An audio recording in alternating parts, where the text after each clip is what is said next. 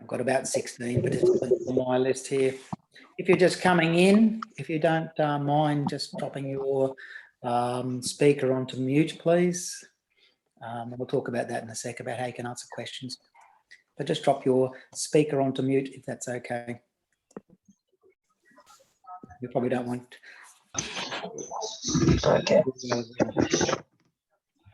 Yeah, they might want you to join this video. I don't know. Can you hear them? Yeah, I can hear.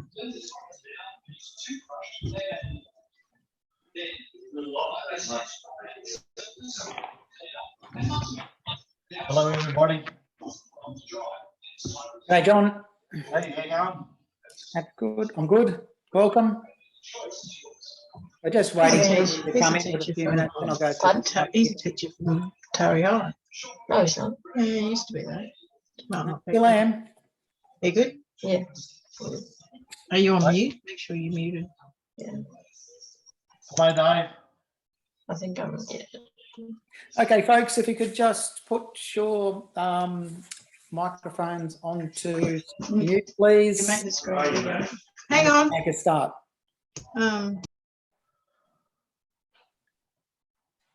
There we are. Hi, guys. My name's, for those of you who don't know me, I'm Glen Bowman, and I help out with the coaching in football Mid-North Coast. And tonight we're just going to have a quick look at the 2021 Law of the Game changes. We should be through in about an hour. How it will run tonight is that you've got a little video to watch for about 20 minutes. We're going to go through a little bit of a quiz on my computer in interacting with you. That'll all be just question and answer, and I'll be referring back to it. There's nothing for you to submit. Then we'll go through a few updates from the MPL side of things, some questions and answers, and finish off for the evening. Now, just for the again, for the housekeeping, if you could mute your speakers, please, on your microphones. If you're wanting to speak at some stage and ask a question down the track, all you'd have to do is use your space bar as a push to talk button, and away you go. And we are recording tonight too, so that'll be stored somewhere on YouTube, on a secure private YouTube channel for you to refer back to if you really need to. So I'll jump straight back into it. I'm going to start the video. I said it's 20 minutes long.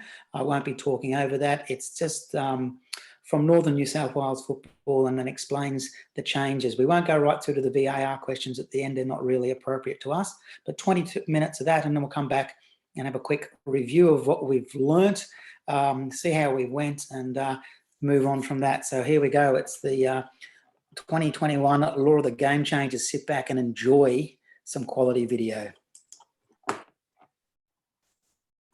Welcome to Northern New South Wales Football's presentation on the 2021 Laws of the Game changes.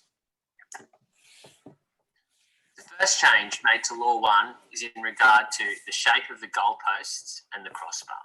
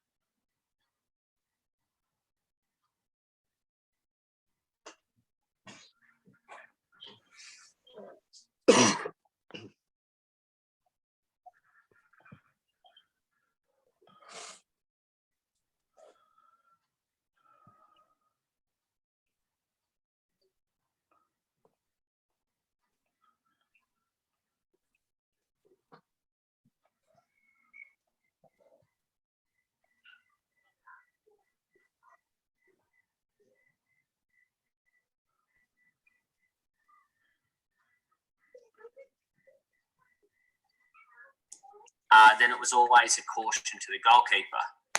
Whereas now that's been changed, that the goalkeeper is warned the first time and cautioned if it's done again. If both the goalkeeper and the kicker commit an offence at the same time, the kick is recorded as missed and the kicker is cautioned.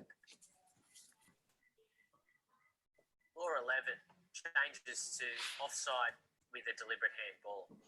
Player in an offside position receiving the ball from an opponent who deliberately plays the ball, including by deliberate handball, is not considered to have gained an advantage unless it was a deliberate save by any opponent. This change is just a clarification that deliberate handball by a defender is regarded as deliberately played for offside.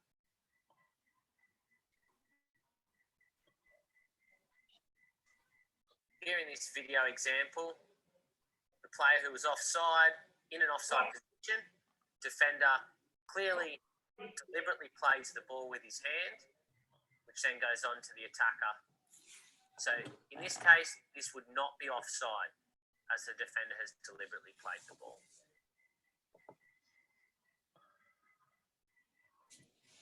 Next, some further changes and clarifications to handball.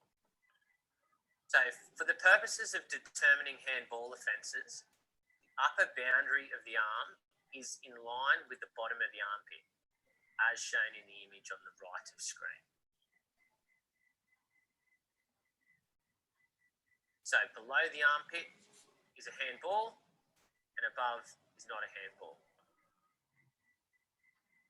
if an offence has been committed, that is.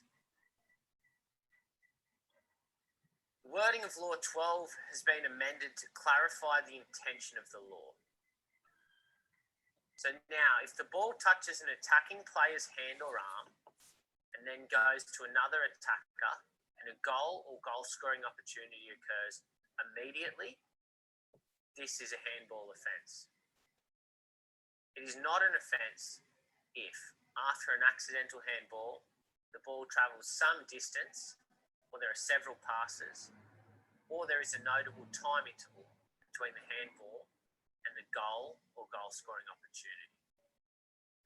So this is a clarification to the change that came in last year about an attacking player, the ball touching their hand, and a goal or goal-scoring opportunity being created. It now clearly says that this opportunity or goal has to be created immediately. So an example of it not being immediate is a goal-scoring opportunity that follows a number of passes and or a long pass after the ball was touched by an attacking player's hand. Or if a player, after it touches their hand, runs some distance with the ball to then create the opportunity. Here are some examples of accidental handball which immediately gives the player a goal or a goal-scoring opportunity.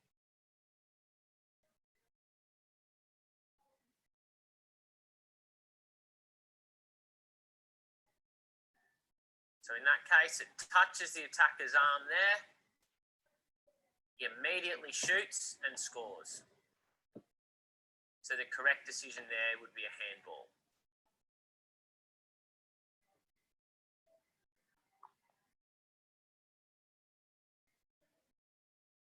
Again, the ball clearly touches the arm and there's a goal-scoring opportunity immediately. So again, that would be a handball. Another example there. Touches the attacker's arm, falls to his feet with a clear goal-scoring opportunity. Handball. And last example. Touches his hand there. John's not here. Not till I'm after. Clear goal-scoring opportunity. Well. Going somewhere, are we? No. An example where an accidental handball from a teammate And where's it? goal-scoring. I know that you swindled my best friend.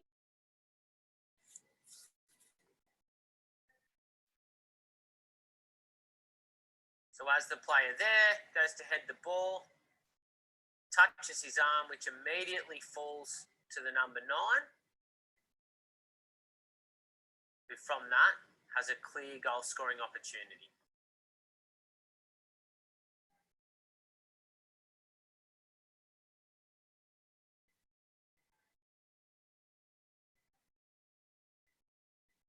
All right, so there, when challenging with the goalkeeper here, touches number 8's hand and falls to his teammate who immediately scores a goal. Both of these examples would be a handball offence. Now we have 3 examples of accidental handball which do not immediately lead to a goal or a goal scoring opportunity.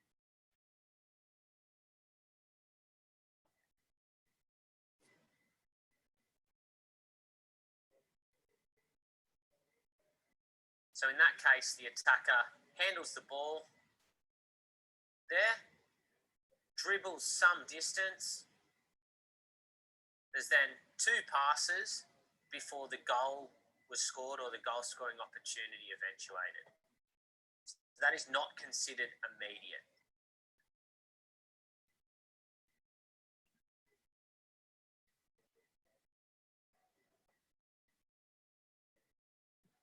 So there was an early striking of the hand there,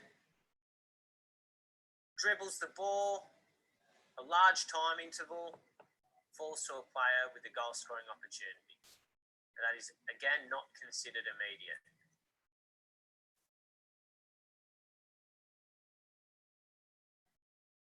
There, accidentally touches the hand, a pass is played, there's a long distance towards goal. That is not considered immediate either.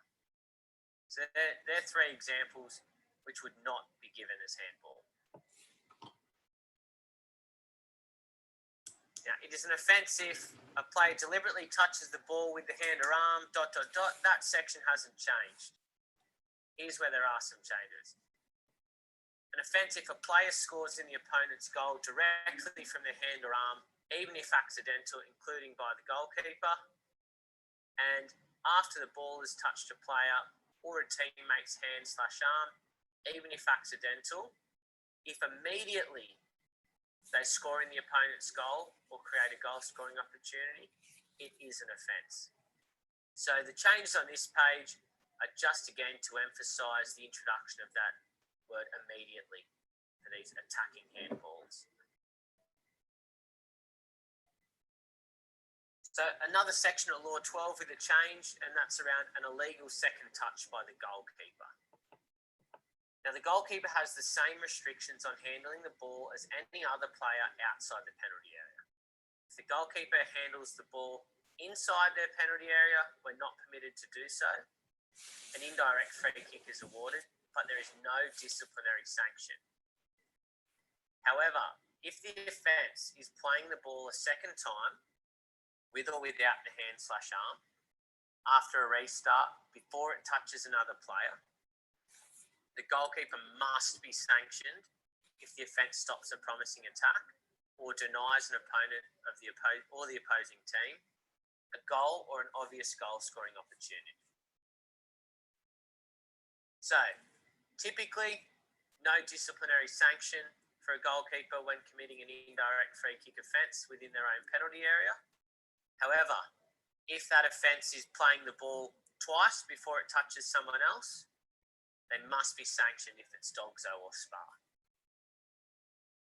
Here's a video example of that. Goalkeeper plays the ball and plays it there a second time. Some question marks there, but so plays it there and plays it again. So under the new laws, the goalkeeper must be sanctioned. Another change to Law 12 regarding a quick free kick after Spar. If the referee allows a quick free kick after a Dogso offence, the sending off or the delayed sending off is downgraded to become a caution. To be consistent, the law has been changed so that if the referee allows a quick free kick after an offence which interfered with or stopped a promising attack, the delayed caution is not issued. So when a quick free kick is allowed, Dogso is downgraded to only a yellow card and Spar is downgraded to no card. Here are two examples of a quick free kick after a Spar offence. So in this case, clear Spar, quick free kick is taken. So even though that is a Spar offence, there'd be no sanction given.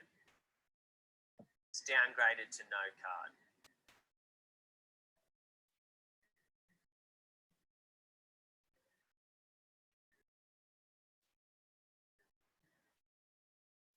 There we go. So a Spar offence committed, quick free kick is taken. So again, it would be downgraded to no card. Once the referee's decided to caution or send off a player, play must not be restarted until the sanction has been administered. Unless the non-offending team takes a quick free kick, has a clear goal scoring opportunity, and the referee has not started the disciplinary sanction procedure. The sanction is administered at the next stoppage. If the offence was denying the opposing team an obvious goal scoring opportunity, the player is cautioned. And if the offence interfered with or stopped a promising attack, the player is not cautioned. Similar again, if the referee plays advantage for a Dogso offence, the sending off becomes a caution. To be consistent, it's also been changed that if a referee plays advantage for a Spar offence, the caution is downgraded to no card. It's not issued. Here's an example of an advantage for a Spar offence. So clear Spar there. Play continues on. So in this case, even though there was a Spar offence, the caution that would have been given is downgraded to no card. So just some more text on that. If the ref plays the advantage for an offence for which a caution or sending off would have been issued, had play been stopped, this caution or sending off must be issued when the ball is next out of play. However, if the offence was Dogso, the player is cautioned for unsporting behaviour. If the offence was interfering with or stopping a promising attack, so Spar, the player is not cautioned. Next change is around not respecting 4 metres at the drop ball. A player is cautioned if guilty of failing to respect the required distance when play is restarted with a drop ball, corner kick, free kick or throw in. Now the only change that's made there is drop ball is added in now that our 4 metres is the rule.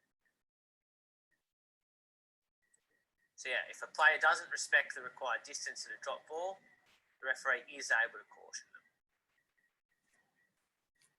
Now, cautions for unsporting behaviour. So there are different circumstances when a player must be cautioned for unsporting behaviour, including if a player commits any other offence which interferes with or stops a promising attack, except where the referee awards a penalty kick for an offence which was an attempt to play the ball. A promising attack can be stopped by an offence which isn't necessarily a foul challenge. For example, illegally playing the ball a second time after a restart. So this is why the wording's changed here, just to make sure it now includes all offences other than handball, which is covered in another area. Change to Law 14, offences at penalty kicks.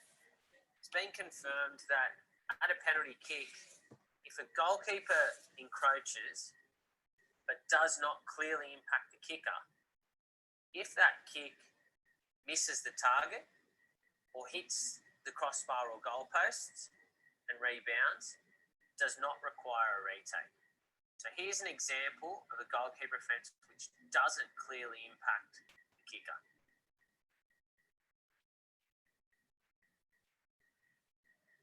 So the kick there has hit the goalpost. The keeper has not made a save. So regardless of the fact that the goalkeeper had encroached slightly, it's deemed that it would not have put off the kicker, so the kick is still marked down as missed. Now, had the goalkeeper encroached by 2 metres, then that's different. That would have a clear impact on the kicker, and the kick would need to be retaken. So here's the text surrounding that. If before the ball is in play, one of the following occurs. The goalkeeper offends and the ball enters the goal is awarded. If the ball misses the goal or rebounds from the crossbar or goalpost, the kick is only retaken if the goalkeeper's offence clearly impacted on the kicker. If the ball is prevented from entering the goal by the goalkeeper, the kick is retaken. If the goalkeeper's offence results in the kick being retaken, the goalkeeper is warned for the first offence in the game and cautioned for any subsequent offences in the game. So just to be clear there, the change is that if the ball misses or rebounds from the post or crossbar, the kick is only retaken if the goalkeeper's offence clearly impacted on the kicker. Now, if before the ball is in play, one of the following occurs. A teammate of the goalkeeper offends, the ball enters the goal, a goal is awarded. If the ball does not enter the goal, the kick is retaken. If a player from both teams offends, the kick is retaken unless a player commits a more serious offence. The kicker is cautioned and play restarts with an indirect free kick to the defending team. Now that's if there's a more serious offence, such as illegal fainting at the taking of the kick. Now here's a little table just to summarise offences at penalty kicks. So encroachment by a defending and an attacking player, the penalty is retaken either way. It's an offence by a goalkeeper. If the goal is scored, it stands. And if it isn't scored, if the ball was not saved, the penalty is not retaken. And if the goal was saved, the penalty is retaken and a warning for the goalkeeper and a caution for any further offences. Now, if the goalkeeper and the kicker offend at the same time, it's an indirect free kick and a caution for the kicker if the goal is scored. And if it's missed, it's an indirect free kick and a caution for the kicker as well. Now, just to wrap up, a couple of clarifications. So, if at a goal kick or free kick, the goalkeeper flicks the ball up and a teammate heads or chests the ball back for the goalkeeper to catch, the kick is now retaken and there is no disciplinary sanction needed unless this sort of thing occurs persistently. So here, the goalkeeper flicks the ball up to the defender, who will head the ball back to him so he can catch it. So what the referee will need to do is stop the game, warn the players, and have the kick retaken. No sanction needed unless the goalkeeper and player continue to do this. Another clarification around restart position. So a player's restart position is determined by the position of their feet or any part of their body which is touching the ground, except as outlined in Law 11, offside.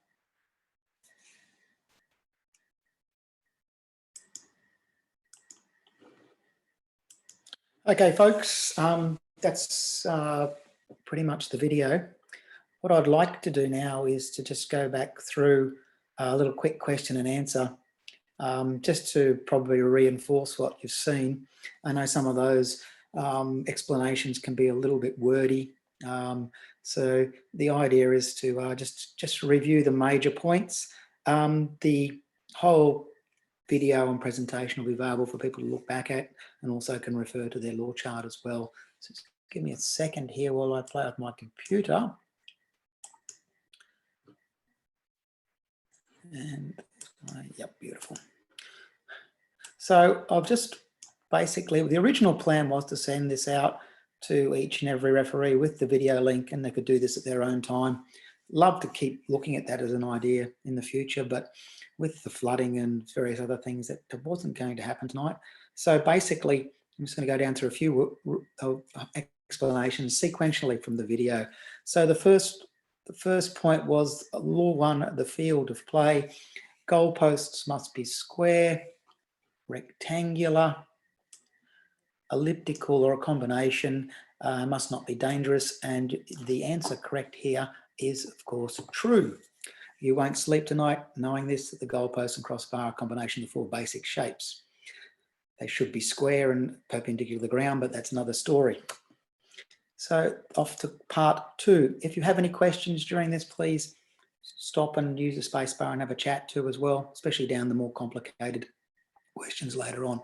Law 2, the ball becomes detective, play is stopped, player restarted with a drop ball, or both these options are correct. It is, excuse me as I drop down, both the options are correct, and the restart occurs where the original ball was defective. This is often the case if the players are complaining the ball is soft, etc., etc. You should try and check the match balls before kickoff if possible, but in some of our community games, you get thrown the ball over the back fence in the game and you don't know whether it's been pumped up in the last year or not. So, but if you do get that case, you just restart where the original ball was defective, and away you go. Okay, number 3, the law 10, determining the outcome of a match during kicks from the penalty mark. Warnings and cautions, yellow cards issued during the match are not carried forward. If you remember back in the video, this was in fact true, which is wonderful, fantastic. And down there is the explanation. Yep, they're not carried through because kicks from the penalty mark, KFPM, is not part of the full match, so they're not carried forward. Okay, so that probably won't happen until later in the year, but in FA Cup games early on in the year may well do. So moving on. Law 10, determining the outcome of a match during kicks from a penalty mark. The goalkeeper commits an offence, and as a result, the kick is retaken. Which of the following decisions is correct? The goalkeeper is sent off, the goalkeeper warned for all offences, the goalkeeper is warned for the first offence and cautioned for any subsequent offence. Goalkeepers are protected and thus allowed greater scope during kicks from the penalty mark. That is not correct. It'll be the third one here, and away we go. So down, that's the correct answer. And the FIFA and IFAB, the rules people, seem to think that most goalkeeper infringements come from misanticipating when the ball will be kicked. Some questions and doubt about that, but anyway, so the goalkeeper should be warned for the first event, hence, and must be cautioned for any other offences at the retaking kick or subsequent kicks. So they get a first warning and then game on after that. If I am moving too quick, just let me know, but that all seems to be happy at the moment. A player in an offside position who has received the ball from an opponent who deliberately plays the ball, including by deliberate handball. Remember the video, the cross field there, the ball ends up at the back of the net. The player in the offside position has received advantage, is still offside. In all cases, has not received any advantage in being in an offside position. Has not received any advantage in being in an offside position unless it was a deliberate save from opponent, and that is the correct answer. There. So we move down there. Beautiful. Deliberate handball offender is considered a deliberate play for offside. Okay. So that's the point there. As legal, deliberate play causes a player in an offside position no longer to be offside. A legal play should have the same outcome. So you can't be naughty and try and get away with it. So moving down. Oh, the handball rule. Okay, so which part of your arm is now classed as being officially handball? All of your arm to the top of your shoulder, up to here. All of your arm up to your elbow, but not beyond this bit. Sorry, probably can't see that. The hand below your wrist, or the upper boundary is the line from the bottom of the armpit, almost like a short shirt sleeve is the correct response there. If you remember, the picture in the rule book isn't 100% clear, but I just imagine it's the really short shirt sleeve, and that's about right. And see how we go with that. So you can see there is a diagram in page 58 of your law chart if you want to go there. So down, it is an offence if a player after the ball is touched their or their teammate's hand or arm, even if accidental, immediately, being the important word here, scores in the opponent's goal or creates a goal scoring opportunity. This is in fact true, of course, and that's probably, these are probably the most complex of the rule adjustments for this year. So even if it's an accidental handball, it goes to that player or another attacking player and they immediately score. Remember them videos, very short sequences to the goal being scored. This is a handball offence. It's pretty straightforward, that one. Then we talk about that distance, and that's the subjective bit. How far is that distance? I did get this in an NPL game 3 weeks ago, just before it got rained out, that a player had accidentally handballed on halfway and in front of the crowd, which were going handball, handball, handball, and the play moved up the field. It was just a normal, it was just wasn't handballs in the new rules, and explained that, and everybody seemed to be pretty happy, or assumed that they were anyway. So Law 12, fouls and misconduct. In the resource video that we've just seen, what did the goalkeeper do that was legal or worthy of sanction? Played the ball the second time with or without the hand or arm after restart before it has touched another player, and I should have put in this line to deny an obvious goal scoring or a spar event. Slipped when he kicked the ball inside the penalty box. He certainly did that. Unsporting conduct, possibly. Touched the ball with the hand and arm after releasing it before it touched another player. No, it's the first one here. It's played the ball a second time, and it was cynically to avoid attacking players get the ball. We could spend probably 10 or 15 minutes to discuss what the sanction was for that player, the goalkeeper at that stage, but we're not tonight. Whether it would be yellow card or red card, but that could be another discussion for another time. But when the time you see that is when the goalkeeper slips like that and plays the ball the second time, you'd be pretty sharp to pick that and hope your assistant's awake as well. So let's go down for that clarification. Yep.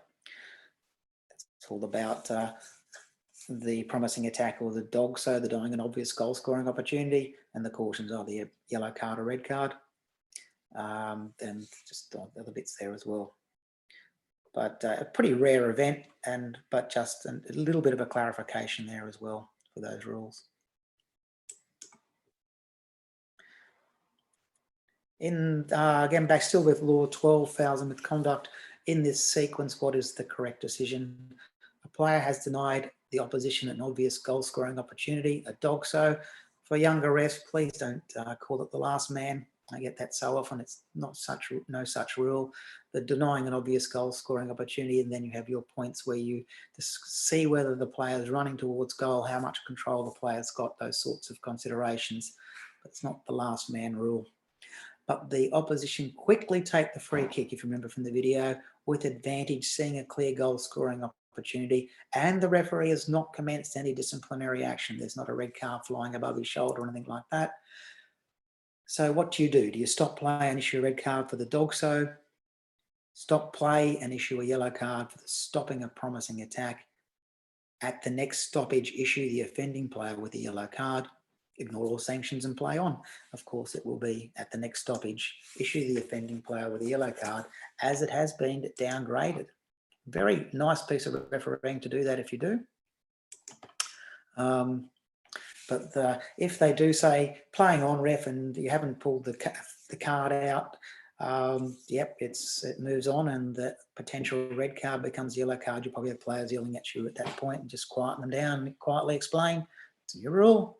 And because they took the advantage, that has now been downgraded and run away. Law 12 continues. Fouls and misconduct. In this sequence, what is the correct decision? A player has stopped a promising attack. spar by interfering with the attacking player, but the referee has played the advantage for the offence.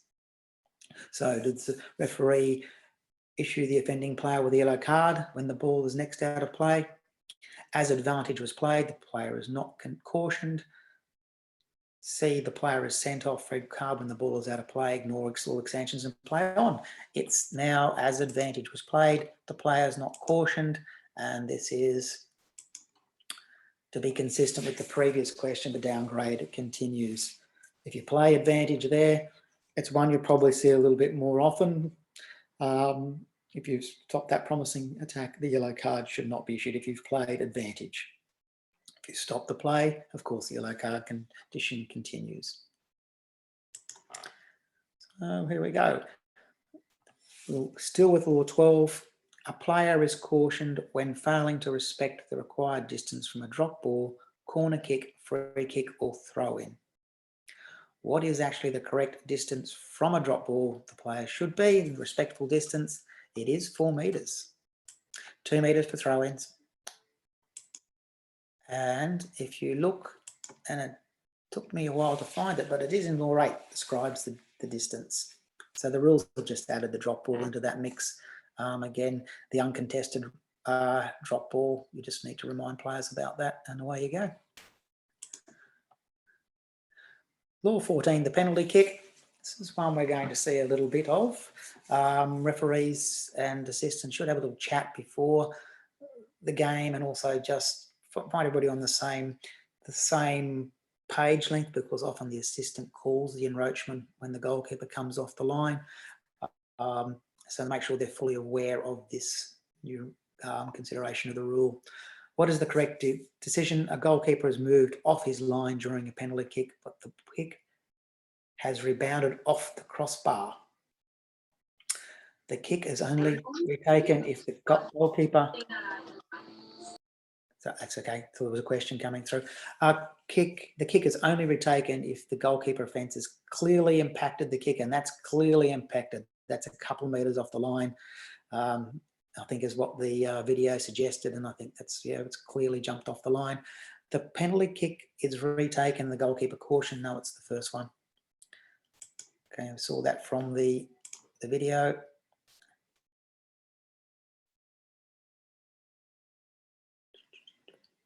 Sorry, that's one above.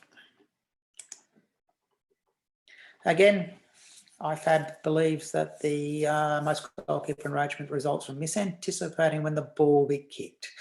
So the goalkeeper's protected continues, so the goalkeeper should not be cautioned in the first instance, but can be cautioned for further offences if they occur.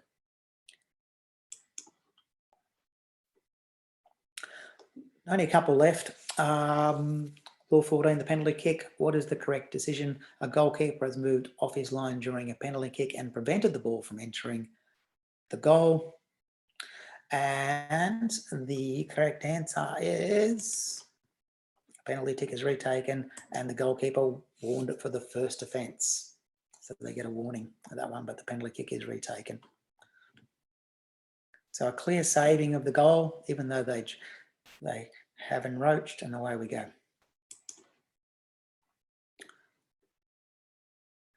The last one. What is the correct decision? Both the goalkeeper and kicker commit an offence at the same time a kick is scored. The kick is retaken and both players cautioned. No, the second one is correct. The kick is disallowed. The kicker is cautioned and play starts with an indirect and free kick to the defending team. So that's that one there. So no need to go to the explanations for that. Now, I've moved that fairly quickly.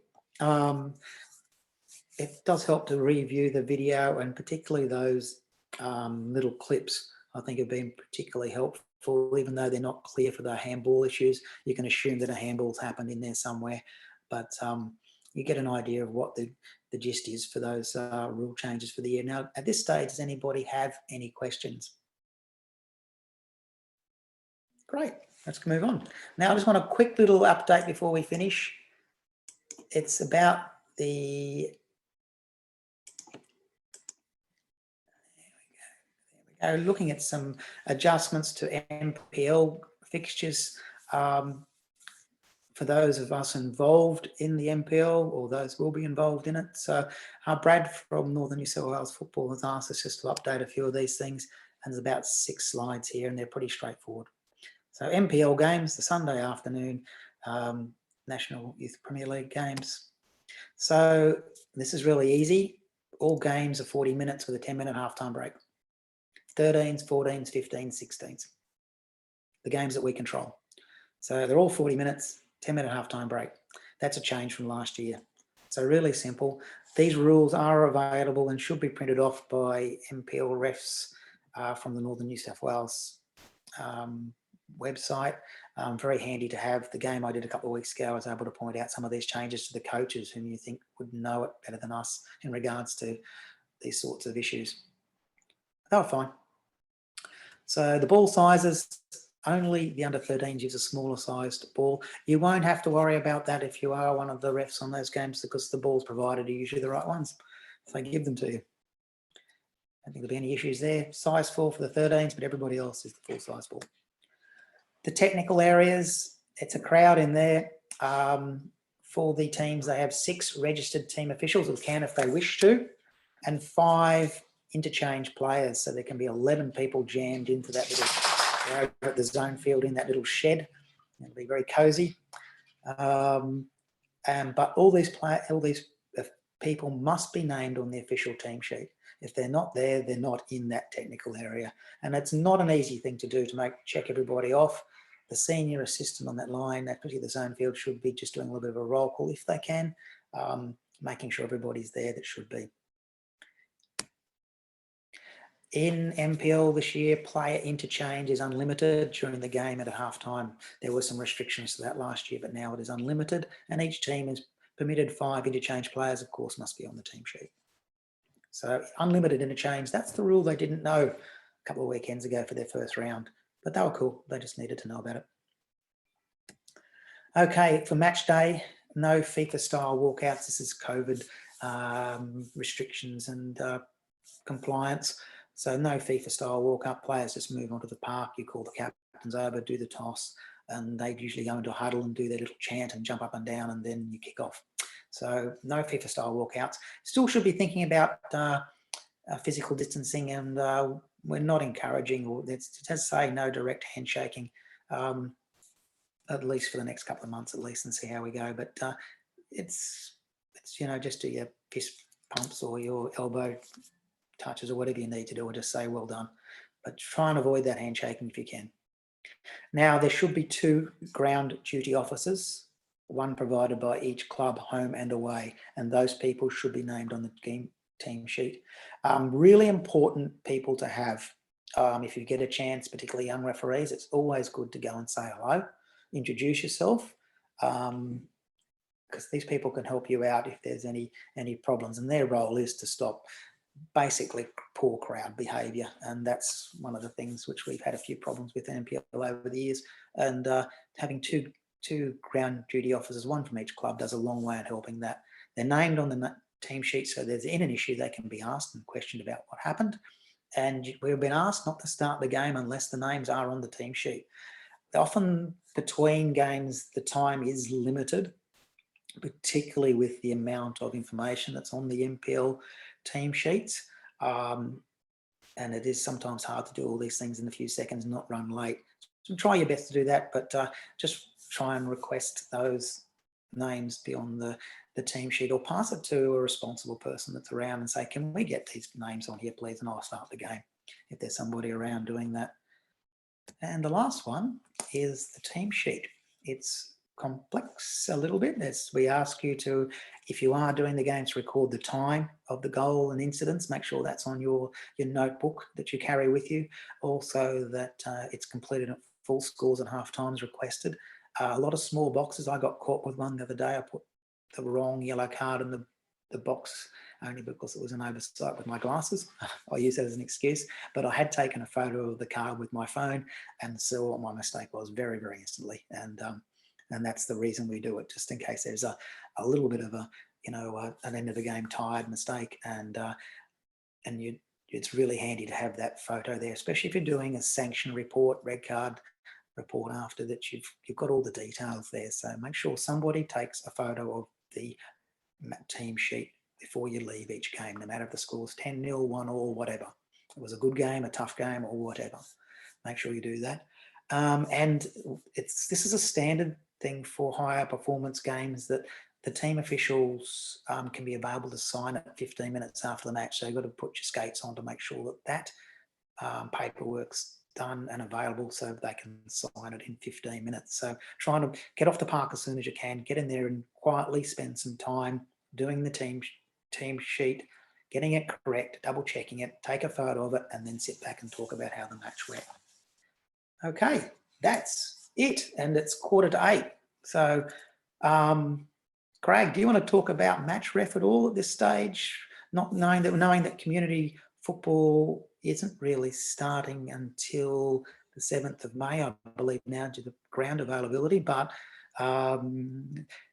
Coastal Premier League, MPL started, WPL is all underway. So those games are rare. And about your availability, Craig, would you like to have a quick word about that? Or yeah, I can talk about match ref. Some of the new ones, I actually introduced match ref a couple of weeks ago in Laurelton, so any of the new ones are there.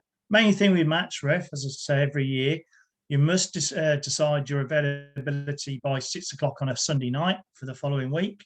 So sometimes you have games in midweek, but we need to know by 6 o'clock Sunday night, because that's when the appointments are made. I do all the appointments usually on week ones by Sunday night, and the Saturday appointments are normally done by Monday night. Andrew may do it differently. That's how I work mine. At the moment, because the draw's not out, the teams aren't in there. If you are associated with any club, team, whatever, you won't be able to put that in at the moment. I will be sending an email out to all of you asking if you manage a team, whether you know under 12s team, which club, or you're a parent of one, you've got to go where they are. I'll be asking you that soon, because at the moment you can't put it into match ref to advise what the issues are, because as you know, nominations only recently done and they're still in the process now, and also the draw still hasn't been done yet. I can show you match ref. I probably need to take control of the screen now and log myself in. you can take Glen. control of the screen if you wish to. Yeah. So where do I do from here? Hold on. I'm viewing your screen, so I don't want you, I want me. If I take my share off, so I stop sharing. Yeah, that's better. All right. So I'm going to start sharing. I'm just going to go across onto match ref first. Okay. So I'm just going to share mine. Hold on a minute. Share screen. Don't want that. Okay. Share that. Can well, ask Glen because he's not on mute. Can you see that, Glen? Absolutely. Looks clear. Right on. Okay. You can see that. I just got to move all the pictures out of the way because it's blocking my view. Okay, this is my login for match ref. I've got admin mode and I've actually put in a date on there. Oh, got to renew my security on there as well. Everything else comes up. So what everybody needs to do, you'll see down this side, it's got my details. You need to do when you got match ref. If you can't get access to match ref for whatever reason, let me know. Send me an email. But if you can access, I want you to make sure, I haven't been in for a while, you update your details on here. Make sure it's checked. I'm pretty old, as you can tell. What your home zone is. I'm in Port Macquarie, my home zone's Port. And the other bits on here is your contact details you need to know, especially your mobile number and your email address. Make sure that's correct. Hopefully, as I've tried to update some by looking at importing from Play Football, but it's not always correct if your parents have done it for you, but you got your own mobile number. I prefer your own mobile number in there because you get through. Also, the next bit is your zones that you're available at, where you got to create. Because I do assessments as well, and I do a little bit of travel, I basically go quite a few areas, Southwest Rocks, from Macleay, MC, Teleport Rock, you can see. But if you can't travel, only to care with the ones you can do. So you're using this screen here, and you just go through the ones you can do. Say I can go to Gloucester. Click on Gloucester, create. So that means I can get appointments in Gloucester if I want to. Not that I want to go to Gloucester because it's a bit too far for me. So all the places that you can attend, you need to click on there using this one here. You know, if you're down the south of the place, if you're in Tari or Cundletown, click on there. Related teams. This is the bit we can't do at the moment because the draw isn't out. All we got in there is NPL. So unless you're an NPL player, you can update that. If you're not an NPL player, you can't update what you are. So if you're a coach or a manager of a team, you can put that in there. You're not available during a match if you're a coach of a team, and you basically decide what team you're a coach at. And I'll just pick one in here just for can. Just say North Coast and 10, where it is. I create that. That means I'm not available where that team is. If they're playing in Kempsey, I'm available for it. But if they're playing in Cundletown and I'm somewhere else, I can't referee except where their venue is.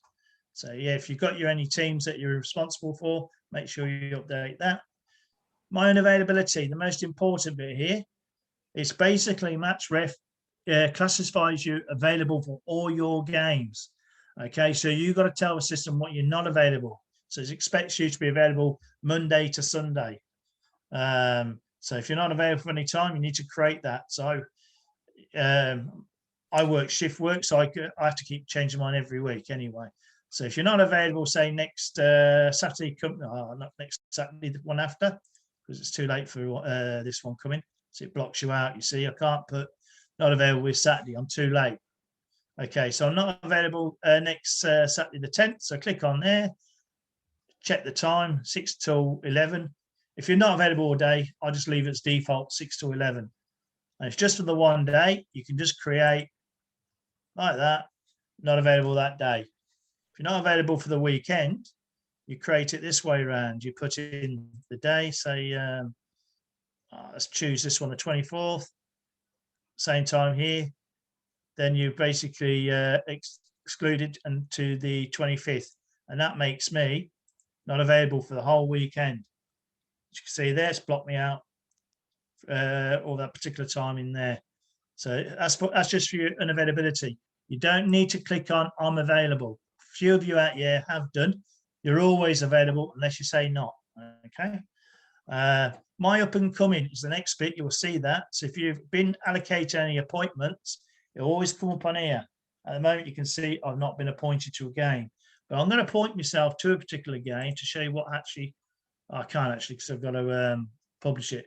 But okay, so I'm moving across to this screen here, which is the admin side. This is where I do my appointments. So I go into match plan. I think I've set it today's date. I'm going to set it to Friday. I think they got some NPL games Good Friday. It's a weird day, but I'll see that. So the second. So what I'm going to do here is look at the appointments for Good Friday, and I just match plan. Okay, this shows me all the games that are this Friday. These are all NPL games, and we don't do any of these ones here because they're not in our area. But if they did, I basically go on here and click on this one. The first one here is referee, and there's the line, and that's an AR1 and AR2. So this gives me a list who is available. So if you put yourself not available this Friday coming, I can't pick you. So Norm Borg, I can actually give you a game there if you wanted to. So I've actually appointed Norm Borg. I haven't published it, so you won't see it. Glen, you could be AR. And who else? Bailey Morph is around. See, I can actually appoint, if I'm allowed to, the games in Newcastle. I'm not allowed to anyway, by the way. Once I publish it, I'm going to take these out because I don't want to accidentally click. Once I publish it, which is over here, to publish the appointments, I can go in there. What I do, that day, the second that just came up, the second, I can decide those NPL games that we had. I can publish and click create, and that will then set up in match ref. Up and coming will then show me if I was refereeing or Norm Borg at the time and Bailey and Glen. They actually show they've got an appointment once I publish it. So once that's done, I get notification from yourself when you've looked at it. So if I go back into MatchRef, again, so I've got too many screens open here. Sorry about that, everybody. I get to MatchRef here. When you've looked at it, say we'll put normal, somebody back in here again. I get a little tick here, a green tick, if Norm looks at that when I published it. Everyone has published it, so I know you've seen your appointment. If you haven't looked at it on your iPad or iPhone or Android or your PC, I'll probably contact you and say, have you checked your appointments? But if you've looked at it, it automatically sends me a tick, but a magic, it's internet magic on there. It tells me that you've actually seen your appointment. Okay, so that basically is a quick run around of MatchRef. I can see what games are ahead with scheduled matches, what's going on. We can update the news, shows you how many games, how many appointments we've got. As you can see, Saturday, Sundays, all the big NPLs in Newcastle, there's loads of games, but we're not affected by those. We're only interested in our own area. So if anyone's got any questions, you can always send a chat through now if you wanted to. If you got any queries, I'm just going to put stop share. All right, so if anyone's you want to use the chat facility, this one here, so I can see welcome to MatchRef. So you can, if anyone sees that, if you want to got any questions you're unsure of, just send me a chat on there rather than everybody all shout out at once, because it gets pretty hard. I can talk, then I can answer your question if you got any questions. Or was my accent too strong and no one could understand the word I said? They're a quiet bunch, Craig. Okay, we might, if there's no questions, we can let everybody have the rest of their evening. All righty. Okay, thank you very much, everybody. But if anybody does have questions regarding, you can contact us through Football Mid North Coast as well. And the video and the whole presentation tonight will be available for people who missed it, which is good for them. And okay, I just write Troy's down there. Which Troy is that one? Troy. Kane. Ah, Kane Alford. Yeah. I'll get back to you afterwards on that one and help you out. Okay. Top. Anybody else but Kane? So I'll reset yours, Kane. All right. Looks like everyone's gone quiet. They're all heading off, watching telly. Watching telly. What's on tonight? Maths. Us. Okay, Craig, I'll leave now as well. Yeah. All right. Thank you much, everybody. Okay. Good night, all. Cheers. Thank you. Bye. All right.